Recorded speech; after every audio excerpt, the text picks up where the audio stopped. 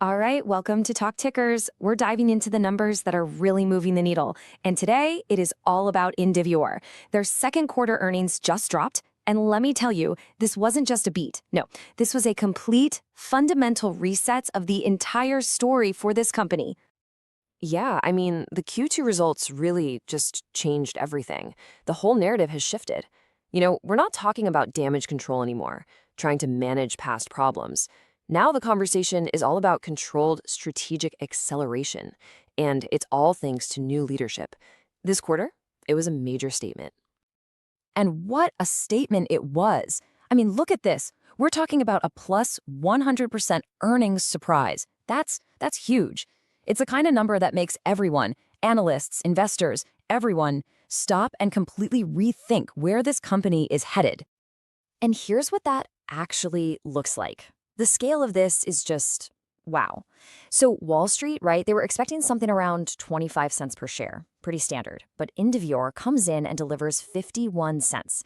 That's not just a little bit better, that's more than double.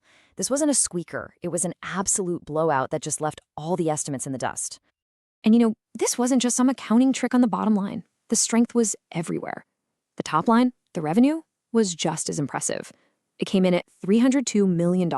Absolutely crushing the $241 million consensus. And that adjusted EBITDA, a solid $88 million. That shows real, solid profitability, even while they were spending more on marketing. Just strong across the board. So, the big question is, how did the market react to all this good news? Well, pretty much exactly how you'd guess. The stock shot up over 16% on earnings day. But here's the really telling part. Look at the volume. Trading volume exploded to 11 times its normal average. That's not just computers trading back and forth. No way. That's big money, serious institutional interest, stepping in and saying, we believe this story. Okay, so what was the engine behind this incredible quarter? The answer is really, really simple. It's one word: Sublocade. This product isn't just a piece of the puzzle. It is the puzzle. It's the whole story. And the numbers really don't lie. Just look at this. Out of that $302 million in total revenue, a whopping $209 million came from Sublocade. It is the absolute, undisputed engine of this company. It's not just pulling its weight, it's pulling the entire train forward.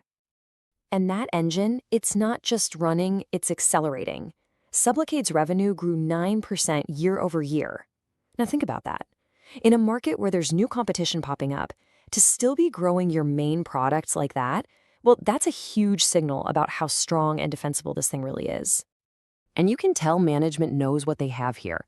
The new Chief Commercial Officer, Patrick Barry, he said it straight up on the call. He said Sublocade is fundamentally strong and poised for growth.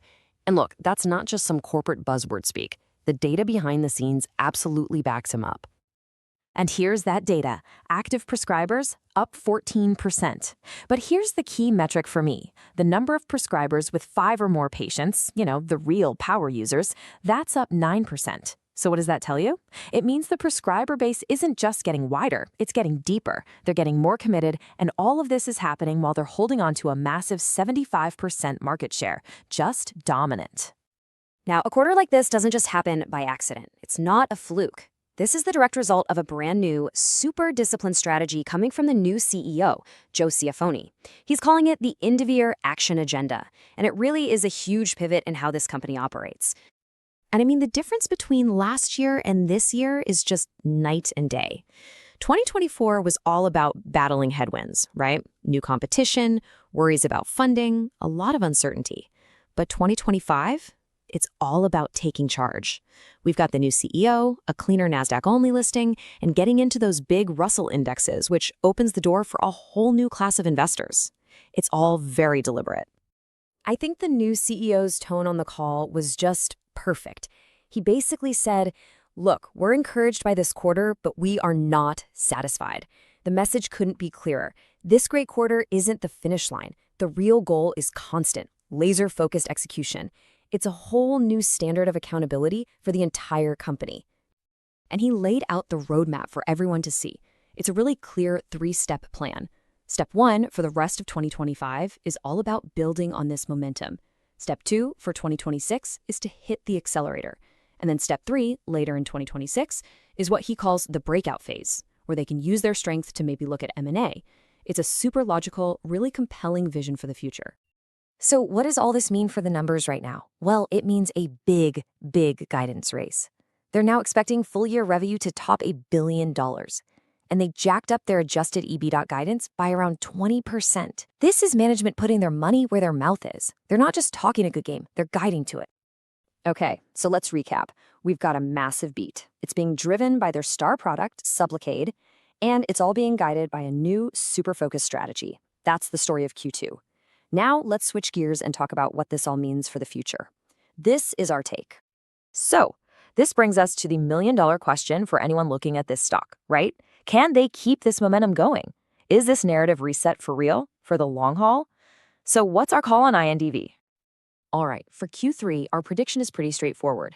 We fully expect them to meet or even beat their new higher guidance. Why? Well, those prescriber trends for Sublocade are just too strong, and this new management team's focus on discipline is going to be a real tailwind for profits. Now, as for the stock itself, we think it's likely going to keep outperforming the rest of the healthcare sector, so beating the XLV. You see, the market is only just now starting to wake up and price in this turnaround story. As they keep checking the boxes on that action agenda, we think that valuation is going to catch up. So all of that brings us to our final reading. You look at the massive earnings beat, the incredible strength of Sublocade, a new strategy that actually makes sense, and a big guidance raise. For us, the rating on Indivior is a clear outperform. The question is totally changed. It's not if the turnaround is happening anymore. The real question is, just how far can this new team take it? And as always, just a reminder, this is not financial advice.